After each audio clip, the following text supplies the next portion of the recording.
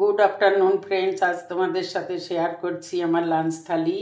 এখানে আছে প্লেন সাদা ভাত, আর এখানে আছে ভেন্ডি আর আলু ভাজা, সাথে একটু কাঁচা লঙ্কাও দিয়েছি।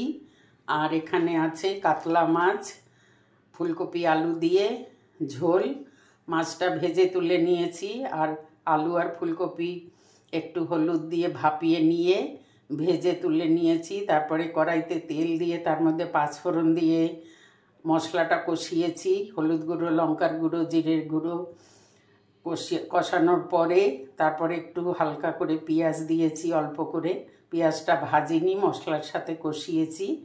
আর তারপরে আলু আর ফুলকপি দিয়েছি, দিয়ে অল্প জল দিয়ে ফুটে উঠেছে পরে মাছটা দিয়ে দিয়েছি। তারপরে ধনেপাতা দিয়ে নামিয়ে নিয়েছি। তোমাদের সাথে শেয়ার করলাম কাতলা মাছের আলু ফুলকপি দিয়ে ঝোল, ভেন্ডি আলু ভাজা আর প্লেন সাদা ভাত।